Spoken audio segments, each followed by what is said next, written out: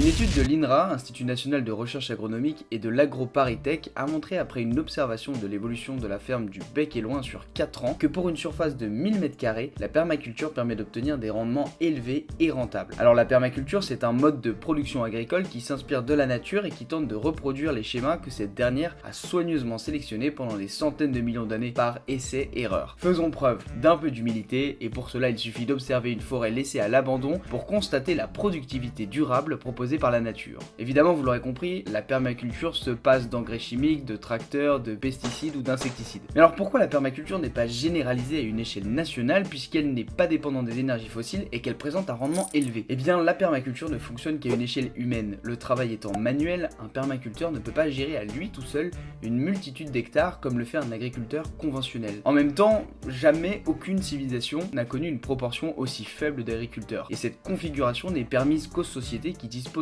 d'esclaves entre guillemets énergétiques tels que nos tracteurs fonctionnant au pétrole. En résumé, s'il y avait une part beaucoup plus importante de permaculteurs qui cultivaient des exploitations plus petites, non seulement il y aurait une création d'emplois significative, mais surtout nous serions capables de nourrir l'ensemble de la population en nous affranchissant du pétrole, étant donné les rendements élevés en permaculture. Car accessoirement, le pétrole est une ressource finie. J'ajoute à cela deux chiffres qui ont achevé de me convaincre il y a bien longtemps. 40% des terres arables en France sont utilisées pour nourrir les animaux. 40%.